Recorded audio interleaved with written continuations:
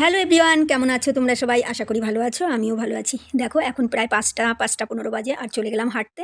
আর হাঁটতে গিয়ে দেখো কি সুন্দর দৃশ্য তোমাদের সঙ্গে শেয়ার করছি। আমিও ক্যামেরাবন্দি করে নিয়েছি, যার জন্য তোমাদের সঙ্গে শেয়ার করতে পেরেছি। প্রায় কম বেশি সবাই হাঁটতে যাও, মর্নিং ওয়াক করতে যাও, আমিও যাই সেরকম। দেখো, এই যে দেখো, প্রায় অনেক বছর পর এরকম সুন্দর দৃশ্য দেখতে পেলাম আমি। দেখো, সাদা বক কি সুন্দর একসঙ্গে বসছে, সবাই দল বেঁধে আবার একসঙ্গে উড়ে চলে যাচ্ছে।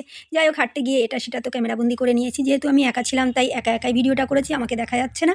আমি তোমাদেরকে ব্যাকগ্রাউন্ডটা সব দেখাচ্ছি। দেখো, তারপর তো হেঁটে চলে এসেছি। সকালে জেলেরা দেখো আমাদের বাড়ির পাশের একটা পুকুরে মাছ ধরতে এসছে, আর আমিও সঙ্গে সঙ্গে চলে গেলাম। গিয়ে বললাম, ভাই আমাকে কিন্তু সব থেকে বড় বড় দুখানা কাতলা মাছ দিতে হবে। ওনারা বললো ঠিক আছে বৌদি, দেবো। আমি বাড়িতে চলে এসেছি, পয়সা নিয়ে চলে গেছি। আমাকে দুখানা বড় বড় মাছ দেখো, কাতলা মাছ আমাকে ৫০০ টাকায় দিয়ে দিয়েছে।